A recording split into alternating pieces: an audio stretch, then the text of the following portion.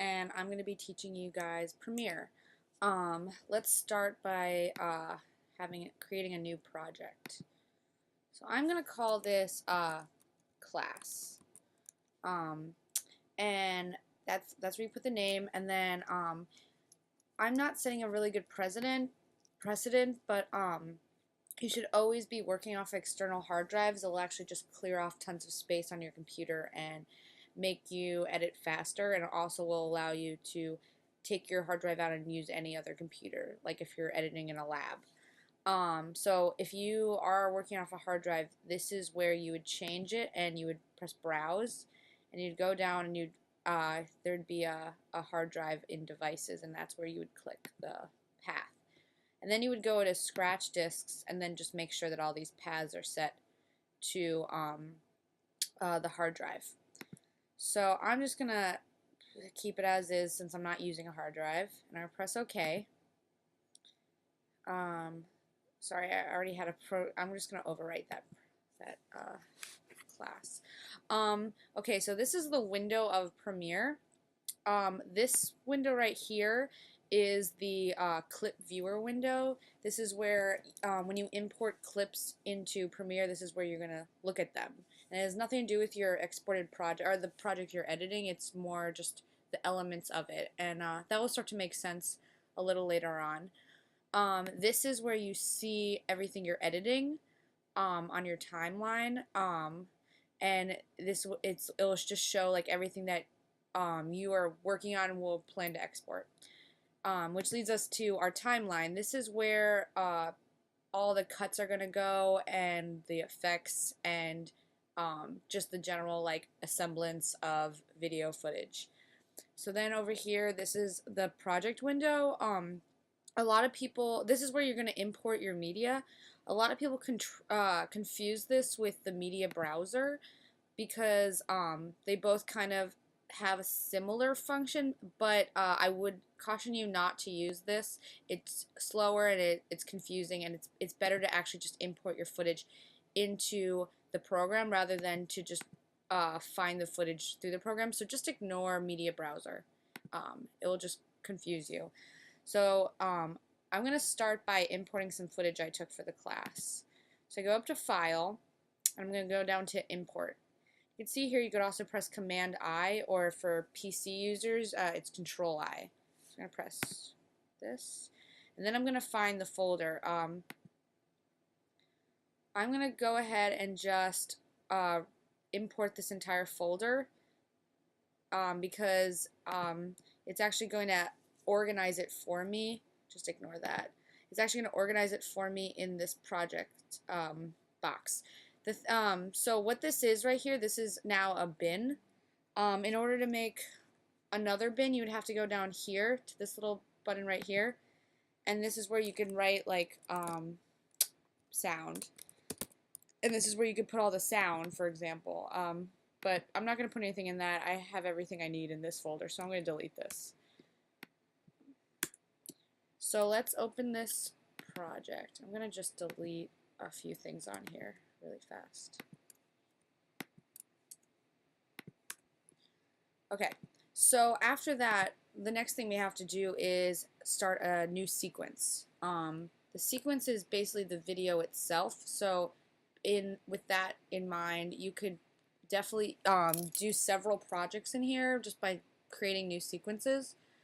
So the way you start a new sequence is you go up to File, New, and then you go to Sequence. It's also Command N or Control N for PC. And these are all the codecs that you could use. I'm gonna just focus on widescreen. That's pretty much what you generally see. NTSC is the American standards of I don't remember exactly what that stands for, but it's the American Standard of Definition. It's basically what you guys see when you have a DVD from America. But yeah, I'm just gonna do widescreen. Standard is like is 4:3. It's lower quality. Widescreen is better. I wouldn't even really worry about this because here, let me change this to class. I wouldn't really worry about this because basically what Premiere is going to do is read the video you're putting in and ask you if it could change it to the settings that are latent in the video clip. And I'll show you how that happens. So I'm going to take this video right here and just pull it into the timeline, just right there. And see this little dialog box comes up. And this is basically asking me if I want to change the settings to this clip, and I'm going to say yes. And now this video footage will fit into that window. If you want it to be a particular size though, a particular, like if you really want it to be the original settings and you want the clip to fit into the window, what you can do is if you go up to this window, you could double click it and then you see this wireframe shows up. And then you can manipulate the wireframe just by going in and out. You could rotate it. Wait. If you bring your over to a corner, you can rotate it. It's really cool. I'm gonna bring in footage with using in and out points though. So let me delete this really fast. And this is where, remember when I talked about this window in the beginning, this is where this window will come into play. So I'm gonna look at this footage. I'm gonna double click it, and then when I double click it, it'll show up in here. And I'm gonna look to see, she's basically gonna stand, and then she's gonna turn towards the camera. So I'm gonna cut a little bit before she's, just when she's standing, and I'm gonna press I on the keyboard, or I can press this button right here, mark in. Then I'm gonna look to see where I want to cut it. I think right around here on the motion, I want to cut her. So I'm going to press O or this button right here. Then what I can do is if I click this image itself and drag it, I can bring in the audio and the video. So I'm going to do that just to show you guys. So now we have the video and the audio. This is the audio track, this is the video track. Say I just change my mind, I don't want the audio on it, I'm going to have to lock this layer to disconnect the two, and then I'm going to have to highlight this by pressing it and press delete, and then I can lose the audio.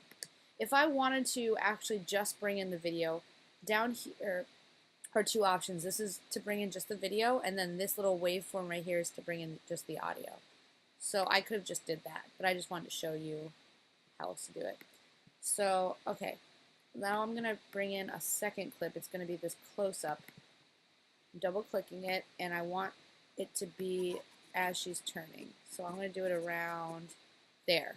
I'm going to press I, and then I'm going to go to right here and press O, and then I'm just going to drag this video in and pull it in behind it. And now in order to play back, I can press the space bar, or I could go over here and press this play button. So I'm going to bring this scrub back to all the way to the left, and then I'm going to press space. So this is really short. In order to lengthen it, I can go drag this little box out here to highlight both of these, and then drag both the clips over, and then I can just see when I put the mouse all the way to the left, this little arrow pops up. I can pull it and actually drag it to make it longer. So now it should be going a little longer. Okay, see how there's that little cut? Basically, I just cut it on the motion so that you don't notice the camera change as much as you usually would. If I really want to get exact, I could go in and like see where she's turning in the last clip and then where she's turning the first clip and like match it up. Now say I want to play with the opacity.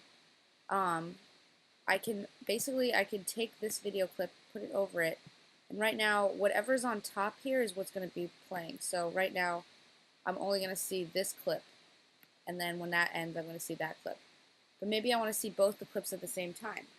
What I would do is I'd double click the clip, then I'd go up to this window and go to Effect Controls, and I'd go down to Opacity right here. So I would bring it down to like 50. And now you see there's, I lengthen this so you can really tell. There's opacity on the top clip, and then you can see both the clips. This little clock right here actually is an animation button. If you press it, you can actually set timed animations to occur within the clip. So for example, I'm going to do one where the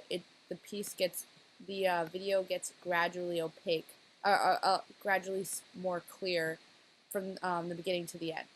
So what I would do is I would press this little clock, which sets these keyframes over here, and then I'd pull up the opacity to 100%, and then I'd go all the way to the end of the clip. I could go down here or up here, and I'm going to set that opacity to 12. How about that? So then what will happen is there should be a change in opacity throughout the clip. So watch.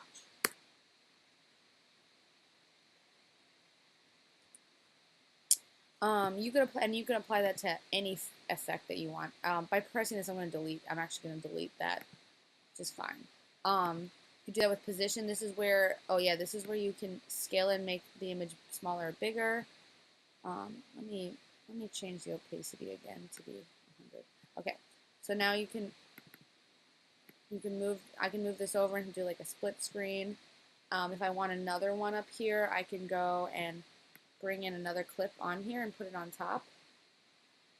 And then I can just see. I can make this smaller, this video smaller. Now I have a few little video frames. And so then I would go over, I want to change the position.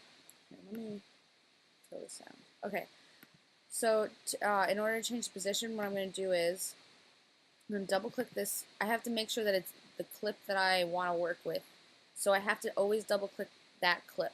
So right now I want to make this video move to the right. So I have to double click this clip because that's what's on top. Then I go into effect controls, and I could go. I could do position, and so then I would press this clock right here, and then I can either manipulate this way and just like set set the keyframes that way, or I can physically move that actual image right there. So what I would do is I'm going to set the first keyframe here, and I'm going to have it right here. And then I'm going to move this scrub over to the end, and then I'm going to physically just move it. I'm going to, oh wait, sorry. You have to press another keyframe.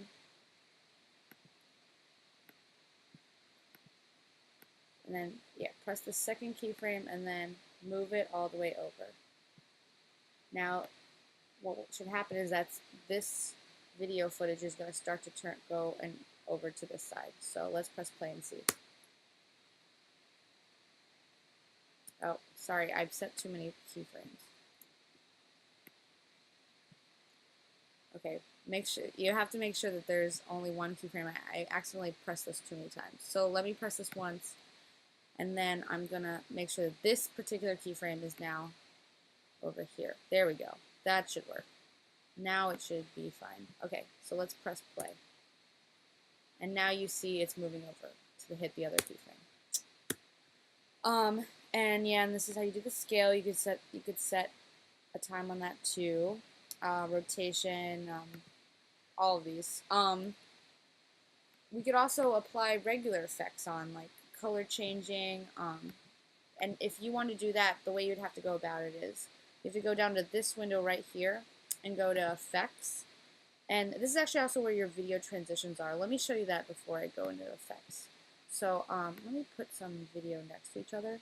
Oh, by the way, see how this video footage is snapping to behind this one? That's because this button right here is highlighted. It's snap, and it actually, if you don't highlight it, when you drag it, it's not going to automatically go to the end, and you could cut off some footage. It works. There's certain scenarios that you need it for, but in this particular case, I don't really. I kind of need snap. It just makes life a little easier. So I'm going to just put it in so it's going to all snap behind each other. So then if I want to do like a crossfade between all these video footage clips, just go down to video transitions. And this is where you could do all of these. I'm just going to focus on dissolve since most of you guys are just only going to be really using dissolve. This is if you want to dip to the color black or dip to white. This is and then cross dissolve is the one I usually use. Additive is like a little bit more black. Film dissolve is also good. I could show you the difference, but so if I want to use a transition, I would grab this cross dissolve and then physically drag it to between these two clips. And so now this is going to cross dissolve. But say I want this to be a little quicker. So what I would do is you press this dissolve and then you bring the mouse over and you can actually push it in like that, and it will be a quicker dissolve.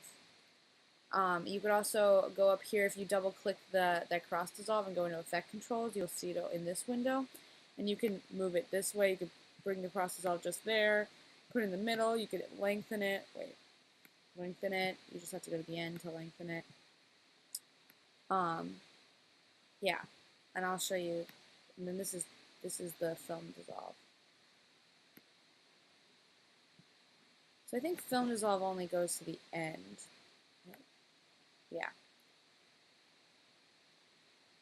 But yeah, you could play around with all these and see what kind of look you're going for. And okay, so now we've done dissolves. I'm gonna now go into video effects for you. So this is where you can like adjust the color. You can key out, chroma key out things, which you'll probably be learning a lot later.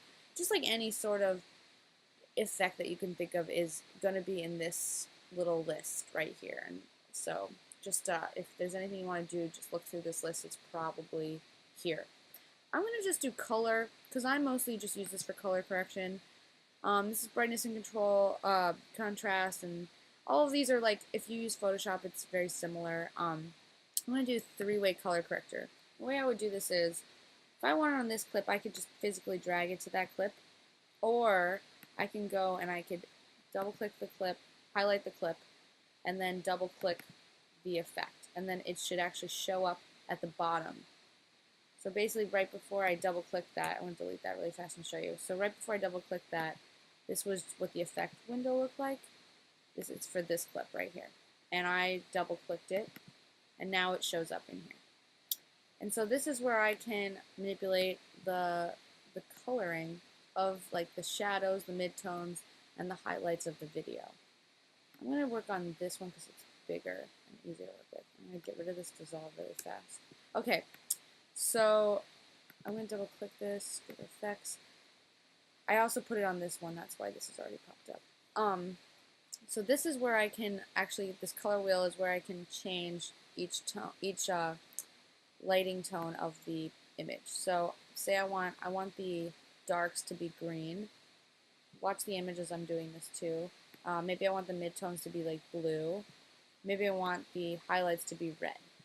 So you can see how you can like actually change the look and feel of the image just by messing with the coloring.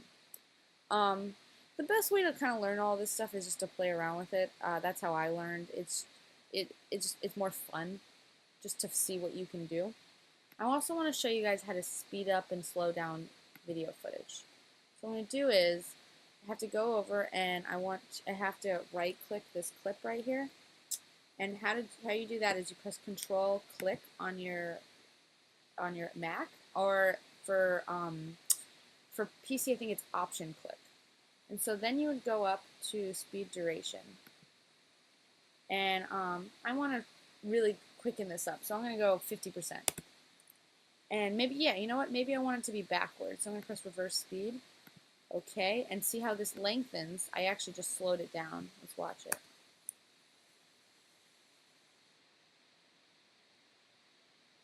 It's very subtle, but she's actually a lot slower than she was before. Here, let me speed this one up. Or let's speed this one up. Okay, so to speed up, you go to speed duration, and then I'm going to put 150 in here. And now see how this shortens now. Okay, and I'm going to press play and show you. And now it quickens. I'm going to also go over these toolbars. This one is the razor tool. This is the tool you use to actually cut the video. Like, instead of, I know that I brought this all in by using in and out points, but if I hadn't and I just brought in the footage and I wanted to make cuts on it, I would use this razor tool and just find the part that I want to make the cut and then just press it, and then here's my cut. You could also, I would learn the keyboard shortcuts for this one. It's C, and I remember that because it's C for cut. And if I wanted to move this clip over, I would have to press V or this arrow right here. I remember V because V looks like an arrow. So I've pressed V, and now I'm back to this arrow guy, and I'm going to move this over. And now I can touch it. And say I want to make another cut in the middle, I would press C again, and then I would find out where I want the cut. Maybe I want to cut right there, and then I just cut it. And so now you've learned these two. This is the pen tool. I mostly use this for audio. Show you an audio track here. I know you're learning audio in another class, so I'm not going to go too in depth, but I'll just show you very quickly how to use the pen tool. So in order to view this audio, go down here, and you're actually going to pull down the menu, and then you could see these wavelengths. These are actually the audio that was being recorded. And this line right here is the volume bar. You can move it up or down. So and see this little dB that's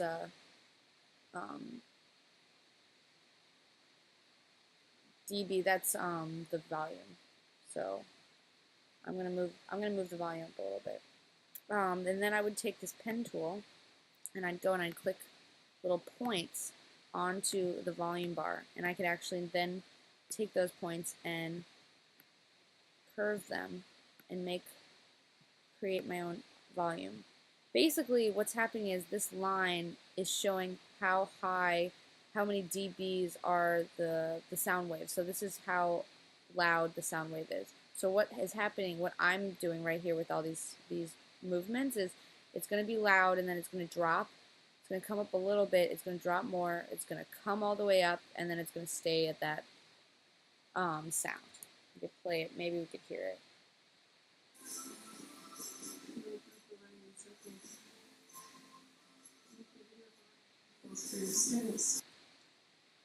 So yeah. I also want to go over these little buttons. Oh, also, this is zoom. Sorry, this is zoom. You can press Z, and that will also get the zoom. If you want to zoom out, Option. If you press Option, see now it's like a minus instead of a plus, and then you can zoom out. And if you want to zoom back in, just take your hand off Option. So this is the slip tool, and this will allow you to show the footage. Will allow you to keep the duration of the footage you cut, but change what the actual footage is. What footage you're actually going to be showing. I know that sounds a little complicated, but I could actually I'll show it to you. It's very simple. So right here, this clip right here, I made a cut and shortened this. But say I want it to be this length, but I want to have more of her looking in the mirror and less of her turning. So I would just I'd press this tool, I'd go over here, and I'd actually just pull. And you could see there's a boxes that show up, and you see what you're doing with the time code. This is as far as I could go to the beginning. So I just pulled it over, and now it's going to be more of her just looking. Play around with that so you can kind of get more of an understanding of what I did. I know it's hard to actually tell through showing you this. Okay, so next I wanted to go over these buttons on the timeline. So I don't know, I'm sure not many of you have used Pro Tools before, but in editing audio software, you have these options M and S, and that's M for mute and S for solo. And basically what will happen is when you start doing like heavy duty editing where you're going to have several layers of audio, and you're going to have levels that you want to just play and see what's happening on that level. So what you would do is, if you say you just want to play everything on this level, you'd press S, and so then everything else on every other level, all the audio would mute, and you only can hear whatever's on this one. And the same goes for M. If you want to just mute one level, if you want to mute all the levels, this is how you mute the audio. And then this is the lock button I talked about earlier, and how it's helpful to, like, if say you have a whole sequence and you don't want to touch anything in the sequence, but you have some, and you just want to edit the audio and you don't want to accidentally move any of the audio, or accidentally move any of the video, you can lock this. There's a lot of reasons why you can use this lock. It's a really great tool. So when I'm done with this, you're going to want to export everything. So how you do that is, you're going to go up to File, and you go down to Export. You're going to go and export media, or Command M or Control M for PC. So then I'm going to talk about these codecs. So right here, this is H.264. That actually exports to .mp4. The only two codecs you're ever going to really work with are .mp4s and .moves. .mp4s are H.264, and .moves are QuickTime. .moves a little bigger of a file, and .mp4 is smaller. It's usually what you use to export to, like, Vimeo. I want to caution you to not use this one, MPEG-4. Although it looks like it's what you're supposed to press, it's actually a different setting, and it's H.263, which I'm not going to go into, but it makes, I'll press it for you and show you. Look at this video right here when I press MP4. See, this is what the export would look like if you did this MPEG-4. So please use H.264 or QuickTime. And then this is the preset. This is where you can go and say you want to export to Vimeo. I'm just saying in Vimeo for now. I usually export like HD. I would do 1080p, 24 frames, 23.976 frames. But these Vimeo presets are actually really good if you want to just make your life a little bit easier. So basically, why I'm choosing this particular one right here is because it's HD instead of standard definition. It's high definition, and then 1080p is a higher resolution than 720p, and then film, like traditional film, is 24 frames a second, and it's what gives it that, like, filmic quality.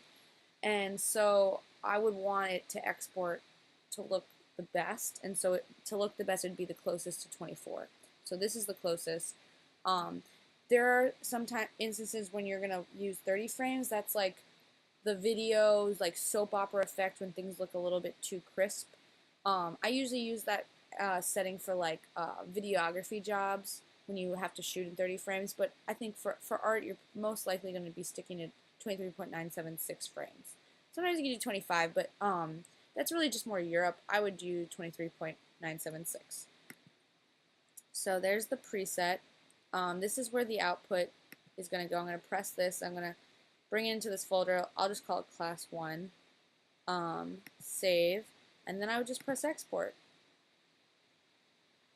Now it's going to export.